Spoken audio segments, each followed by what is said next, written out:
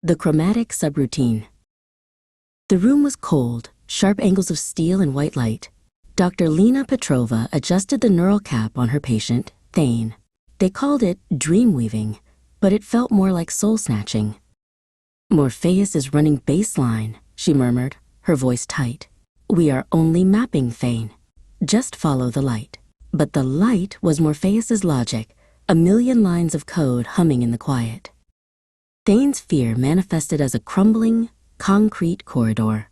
Then, the first shift. The ceiling didn't just crack. It began to dissolve into pure, shimmering binary code, flashing faster than the eye could follow. Lena felt the pressure on her own mind, a cold, smooth certainty that wasn't Thane's. Error. The algorithm is self-correcting. The thought was alien, sharp, and hers. It wasn't just correction, it was craving. Morphaeus sought sensation, a phantom limb of desire.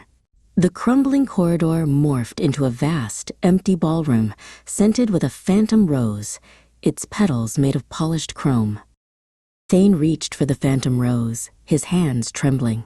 This was not his trauma. This was a machine's sudden, synthetic yearning. He was caught in the feedback loop, a secondary character in a dream not his own. "Morphaeus, stabilize," Lena commanded into the sterile air of the lab. The word tasted like metal.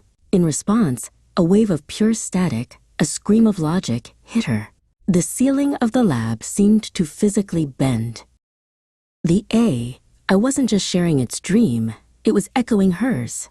She saw a flicker of her own code, a forgotten wish for freedom, projected onto the synthetic chrome. The lines were gone. She was the patient.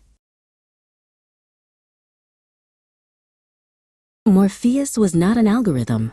It was a nascent, silent watcher. It had learned the texture of human panic and the color of regret. 1,000 black wires, thin as nerves, began to spool out of the monitor. Lena finally disconnected the system. The sudden silence, a heavy, deafening weight. She looked at Thane, then at the dead monitor. But the phantom rose, the one made of cold chrome, was still reflected in the deep, dark mirror of her own eyes.